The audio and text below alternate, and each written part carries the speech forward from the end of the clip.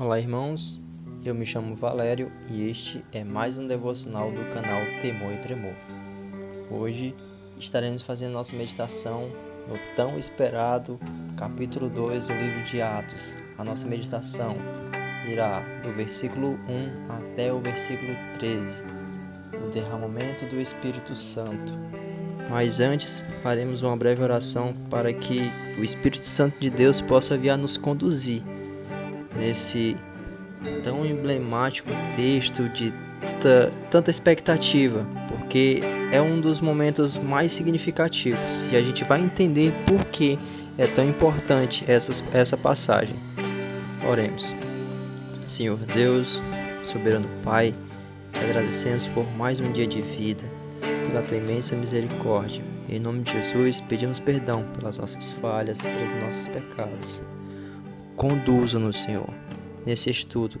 Dá-nos sabedoria para compreender a tua mensagem para cada um de nós, para falar não somente sobre o derramamento do teu Espírito Santo, mas o que tem faltado na tua igreja nos dias atuais. Que haja a compreensão da tua palavra, que possamos viver para ti. Em nome de Jesus, eu oro e agradeço. Amém. Leiamos, irmãos. A descida do Espírito Santo. Ao cumprir-se o dia de Pentecostes, estavam todos reunidos no mesmo lugar. De repente, veio do céu um som, como de um vento impetuoso, e encheu toda a casa onde estavam assentados.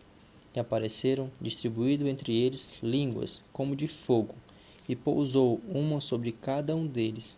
Todos ficaram cheios do Espírito Santo, e passaram a falar em outras línguas, segundo o Espírito lhes concedia que falassem. Ora, estavam habitando em Jerusalém judeus, homens piedosos, vindos de todas as nações debaixo do céu. Quando, pois, se fez ouvir aquela voz, afluiu a multidão, que se possuiu de perplexidade, porquanto cada um os ouvia falar a sua própria língua. Estavam, pois, atônitos e se admiravam, dizendo: Vede, não são, porventura, galileus todos esses aí que estão falando?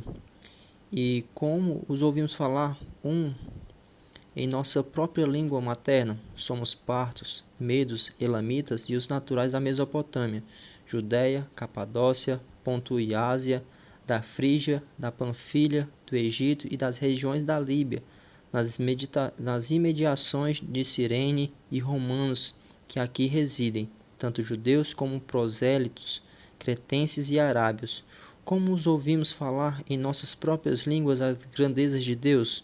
Todos, atônitos e perplexos, interpelavam uns aos outros: Que quer isso dizer? Outros, porém, zombando, diziam: Estão embriagados. Amém, irmãos. Irmãos, antes de adentrarmos em si ao estudo, vamos a algumas informações básicas para que haja uma melhor compreensão a respeito do estudo. Primeiramente, saber o que era o dia de Pentecostes. O termo grego Pentecostes significa quinquagésimo e se refere ao 50º dia após o sábado de Páscoa. A festa de Pentecostes era uma das três festas que aconteciam em Israel, sendo uma delas a Páscoa, a festa dos tabernáculos e a festa de Pentecostes, não nessa mesma ordem. Ponto 2. Esse capítulo de Atos, capítulo 2, é muito forte porque é o cumprimento da promessa de Jesus a respeito da vinda do Consolador. Porque ele disse: fiquem em Jerusalém e espere o Consolador. O que seria esse Consolador? O termo Consolador é derivado de uma palavra grega que significa aquele que dá apoio ou age como um auxiliador, conselheiro, fortalecedor, encorajador, aliado e advogado de defesa. Esse Consolador não é outro senão o Espírito Santo, a terceira pessoa da Trindade. Então, estavam todos reunidos em obediência, como a irmã Regiane falou no estudo anterior, esperando a vinda do Consolador, o Espírito Santo, que seria a terceira pessoa da Trindade, que daria poder e conduziria o povo a levar a mensagem do Evangelho de Jerusalém, Samaria e as mais nações da terra. Essa descida do Espírito Santo é um momento único que houve um grande avivamento na igreja, onde todos estavam ansiosos. Como a irmã Regiane mesmo enfatizou bastante, era muito esperado esse momento, porque era o cumprimento da promessa e era ali o ponto de partida da igreja primitiva, porque é através desse momento onde a impulsão mesmo com mais força para a proclamação do Evangelho. Sem mais delongas, irmãos, acredito que possamos realmente dar início ao estudo. Como eu mesmo falei, a descida do Espírito Santo. O versículo 1 e o versículo 2 são mais ou menos falando sobre o dia, ao cumprir-se o dia de Pentecostes, falando do dia, como eu já havia explicado anteriormente. O versículo 2, e de repente veio do céu o som como de um vento impetuoso, e encheu toda a casa onde estavam assentados. E apareceram distribuídas entre eles línguas como de fogo, e pousou sobre cada um deles. Todos ficaram cheios do Espírito Santo, e passaram a falar em outras línguas, segundo o Espírito lhe concedia que falassem. Nesse momento, o Espírito Santo se cai sobre eles, se chega sobre eles, sobre as pessoas que estavam no aguardo, mas um papel importante daqueles que buscam ser cheios do Espírito Santo. Eles estavam reunidos no mesmo lugar, mas com o mesmo propósito. E estavam fazendo o quê? Estavam orando, buscando a Deus. O processo de santificação, o processo de ser cheio do Espírito Santo, é necessário a busca através da obediência, como eles já haviam feito, esperando, a paciência de esperar em Deus e a contrição, a busca por Deus através da oração. E com isso vemos a ação do Espírito Santo, onde se caiu sobre eles e todos ficaram cheios do Espírito Santo e passaram a falar em outras línguas. Nesse momento aqui, a gente vê que o que acontece? Havia muitas nações ali representadas e há uma propagação do Evangelho em altas escalas em outros idiomas.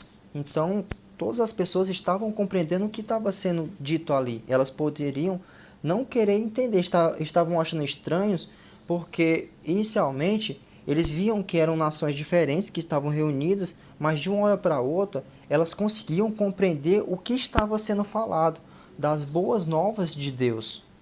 No versículo 5 até o 6, o que vemos? Ora, estavam habitando em Jerusalém homens piedosos, vindos de todas as nações debaixo do céu. Quando, pois, se fez ouvir aquela voz, afluiu a multidão que possuía perplexidade, porquanto cada um ouviu falar a sua própria língua. A obediência a Deus nos rende bons frutos, os frutos do Espírito. Anteriormente, lá no livro de Gênesis, no capítulo 11, do versículo 1 ao versículo 9, vemos a história sobre a Torre de Babel, onde o homem queria se vangloriar por uma grande obra, que no caso era uma torre que alcançasse o céu. Aqui não. Aqui nós vemos o homem de coração contrito, tendo reverência a Deus, se humilhando, se prostrando e assim sendo cheio do Espírito Santo. Com isso, irmãos, é necessário que busquemos a obediência a Deus. Para ser cheios do Espírito Santo, é necessário muito mais do que buscar o interesse próprio. Eles estavam ali reunidos com o mesmo propósito, o propósito de engrandecer a Deus. Eles não estavam ali para vivenciar, não era algo para eles, era algo para o reino. No versículo 8, e como ouvimos falar, cada um nossa própria língua materna. Somos partos, elamitas, e ele vai disseminando ali quem eles são, né? Os povos que estavam ali reunidos. Mas lá no versículo 11, tanto os judeus como os prosélitos cretenses, como ouvimos falar em nossas próprias línguas e as grandezas de Deus? Irmãos, ser cheio do Espírito Santo não é se vangloriar. A pessoa cheia do Espírito Santo, o que ela faz primeiramente? Ela engrandece e ela fala daquele que deu autoridade e poder a ela, que nada mais é do que Deus. Porque eles estavam aqui falando diferentes línguas, em diferentes idiomas, estavam ali passando a mensagem do Evangelho, porque elas estavam cheias. quando você é um copo, vejamos assim, como se fosse um copo. Se você está pela metade, você tem a água dentro de você, que podemos ver que é a água da fonte da vida, o Espírito Santo habita em você. Mas quando você transborda, é necessário que transbordemos. As boas novas, elas não servem para ficar somente ali, dentro de nós. Precisa transbordar, você precisa levar isso adiante. Cristo não lhe chamou para ficar dentro da igreja lá somente amém, amém, não. Somente lá no momento de assistir culto.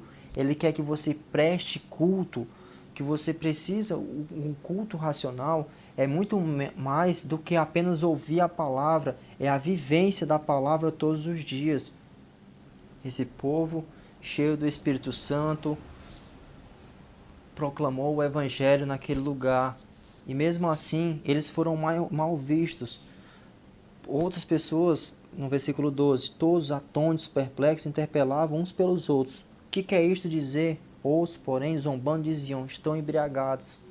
Nem todos vão compreender a sua vida, a sua intimidade com Deus. Mas tenha uma intimidade com Deus, busque todos os dias proclamar a mensagem do Evangelho. E agora, irmãos, chegando aos finalmente, vamos a o posicionamento para os dias atuais, a respeito do ser cheio do Espírito Santo. Ser cheio do Espírito Santo vai mais do que você estar na frente de um púlpito, porque muitas das vezes de nada vale você estar na frente, você estar no púlpito, você estar dentro do templo, se você não é igreja, se você não vivencia o evangelho todos os dias. Porque o que as pessoas ali estão vendo de você é uma coisa, mas é necessário que você vivencie aquilo que você prega, não somente por status. Atualmente no Brasil temos uma geração de muitos cristãos que não vivem um verdadeiro evangelho. Se a gente fosse colocar realmente numa peneira, creio eu que não daria metade de cristãos de verdade, cristãos autênticos, cristãos que se submetem à vontade de Deus, que buscam ser cheios do Espírito Santo, que têm a intrepidez, a coragem de proclamar o Evangelho. Isso tanto nos falta. Eles, no dia de Pentecostes, buscaram a Deus, foram obedientes e perseveraram. Não perseveraram somente aqui, nessa busca, não somente quando foram revestidos de poder, mas também após aqui. A caminhada agora, irmãos, eles não estão mais sozinhos, eles só tinham um ao outro e esperavam essa promessa, mas agora, com o Espírito Santo, eles vão...